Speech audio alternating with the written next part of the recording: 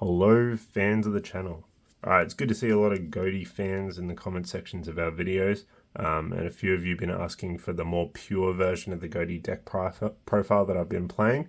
The support on the White Aura Shark Ghoti list was good, but the list that I ended up taking to Nats, not doing too well, but we're going there for fun anyway, was our more pure version of Ghoti. So I'll take you through that list now. Firstly, the shout outs, of course. GT Champside locals is the funnest locals that I've been to. Nice casual vibe there. So if you want to come down, throw some cards, that's the one to go to.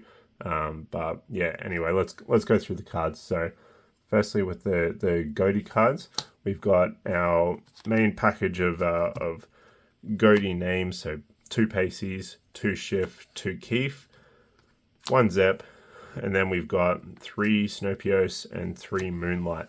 So the people that play these kind of ratios, you want a nice pure list of Ghoti. We're maximizing out on our hand traps and our Moonlights so that, in those rare occasions you can get those turn 0 plays. It's not really always the go, because you can minus yourself pretty bad if you don't have one of these in hand to banish off of Moonlight. But regardless, it's a fun play, that's for sure, and it catches people off guard if you do it at the right moment in their combo. As far as the other numbers we go, the 1 Zep is the one that hurts the most, but Zep just sucks to draw. So going any more of that than Zep, you're opening yourself up to other issues there. So I just keep it as at 1. Next, the things that bring the pure Ghoti sort of into the limelight now. Before it was quite challenging to play, but now it works a little bit better, is our Aspiskals and our Fish and Bids. So Fish and Bids is an absolutely fantastic card into everything except maliss. Basically giving your opponent the option to negate it by hand ripping themselves for 2 that go banished. Of course, maliss can banish 2 engine pieces and get their plays going, but anything else that makes them think real hard about it, and then if it goes through, you can send 2 Ghoti names to grave or banish 2 Ghoti names. And depending on what you already have in your hand, will sort of guide whether you're banishing or sending to grave. So the very strong card for the deck. If it resolves, you're going super plus on it, and the fact that it banishes for cost as well. If you're able to banish a Snopios or a Moonlight, you can just as easily send your cards to the grave, and then these guys will recur themselves while also banishing something to get pluses off it. I will say, because of this nature of the deck, it's a very pure version. We're playing the field spell.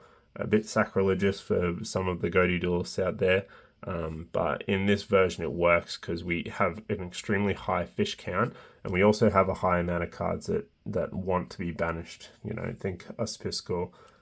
This one, its on summon effect is good, the normal summon to special fish from hand, but really where this card shines in the deck is by being returned after being banished. So it's essentially just a free level 4 body if you're able to banish it on your turn for your combo, or if you can do it on your opponent's turn. It's really good for chain blocking things like chain blocking a Moonlight Search. So if you banish this off of Moonlight to summon Moonlight, it's a good chain blocking tool.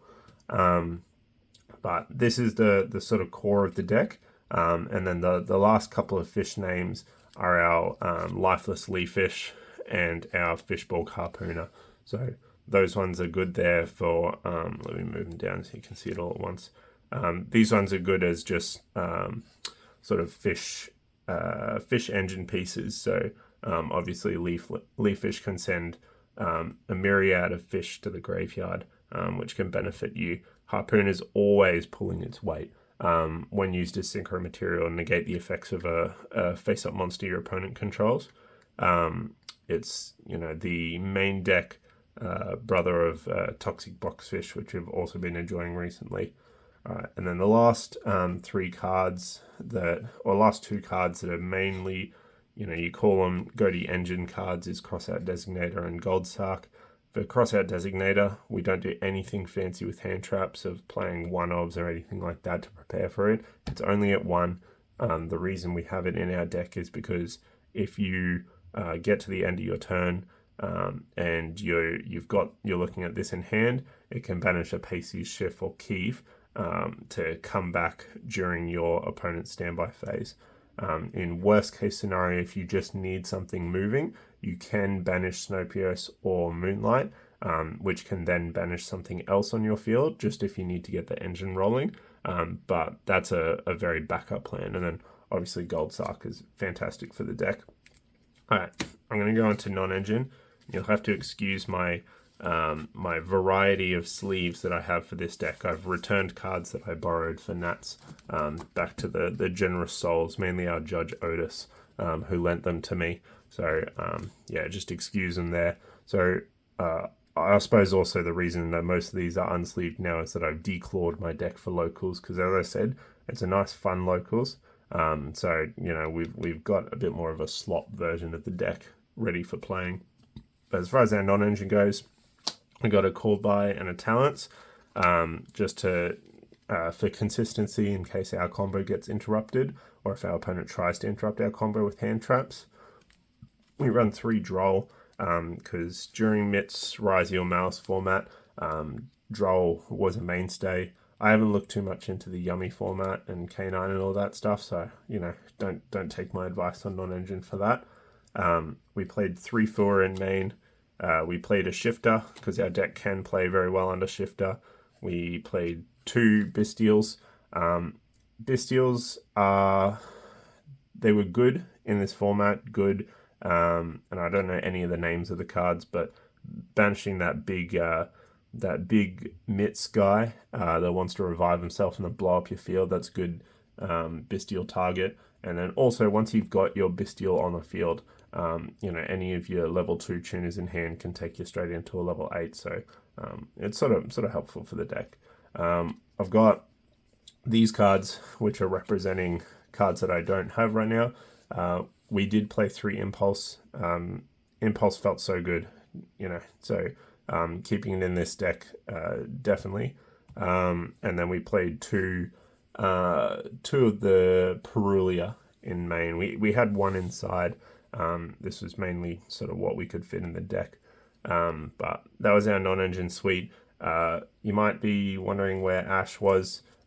Like I mentioned in the last video, Ash for that format is much more of a side card than a main card. You sort of want to Ash to counter the Mole Charmies if you're going first. But even then, in our deck, this pure Ghoti build doesn't lose too much to any Mole Charmy except Meowth. So if you're sort of predicting that, you can side it in. But it's more if if we go into a branded matchup or something like that, something we really want Ash in, then you side it in. But it's definitely not main deck material at the moment, which was a nice change of pace from the same deck building that we've seen over the past many formats. All right, I'll go through our extra deck. I haven't sorted this, sorry guys. We'll go through our Synchro guys first. So Toxic Boxfish, you would have seen in the combo video that he's good for unscrewing screwed up hands. If you're seeing a Shift Keef or a Pacey's Keef, we don't have White Sardine in this deck, so obviously can't get us out of that pickle. But yeah, he's on top of that, it's an excellent card to set up for being in your graveyard so that Snowpierce can banish it and negate the effects of a card on the field. It goes up surprisingly often. It's excellent against like stun matchups where people are trying to lock down our game, and you just need to negate that skill drain for a chance of doing anything. Next, we've got our 2 Iron Poss. Iron Poss is the GOAT. He's the best Ghoti card that's been released. Just pure, core of the engine. In this version of the deck, he is able to be skipped. You can play without Iron Poss. If you sort of run out of resources, then the rest of the deck sort of turns its wheels enough without seeing this guy. So yeah, it is an excellent Ghoti card though. We've got Azcan and White Aura Whale for our two level 8 synchro names. And then we've got Deep Beyond. So these are our summon on the opponent's turns. I've heard people talking about the sort of impact of especially Deep Beyond is quite low, but I think removal is a little bit underestimated. I think that if you're feeling like these don't hit hard enough, you might just need to spend a little bit more time playing with the deck, just to figure out which are the correct moments to summon these cards to get the most value out of them. I will say that in the Malice matchup, which you would think would be a heavily weighted against Ghoti, if we are able to go first, and let's say we've got a Keef on the board, and then we can do some synchro materials. The name of the game is essentially every time your Malice opponent returns a card to the field, you instantly banish that again, and you get it stuck in their banish pile. And it is surprising how quickly you can out-resource a Malice player, who's trying to stack up against you. At Nats, we went undefeated against Malice. Unfortunately, we saw a lot of Mitz Raziel, so the matchup there is much less black and white, and usually it favors the Mitz Raziel, which can outgrind our Ghoti deck. The next three are synchro names that we can just make as part of our end board or on follow-up. Changing for OTKs, Dragite and Gamia for our end board to offer us some protection against board breakers. This version of the deck is a little more susceptible to board breakers than the last version of the deck because we can't consistently make Dragite. But I should have said this earlier. The reason that we're playing this deck instead is that we can play much better through our Charmies and Droll. Droll actually doesn't affect us much at all. You might miss out on one search in the deck, which is not the end of the world for us. Next up, we've got Kragan. So we do play those recurring level 4 bodies, so you're able to get Kragan out fairly consistently, or even as a sort of board breaking piece. We've got Coral Anemone and Abyss Keeper. Fans of Ghoti would know that these are core cards to us, just extra ways to extend past certain interruptions that our opponent dishes out. And then this version of the deck, because we're actually running no water locks, it's very easy to go into an SP or a Typhon. The one card that does lock us into Fish is Fish and Bids.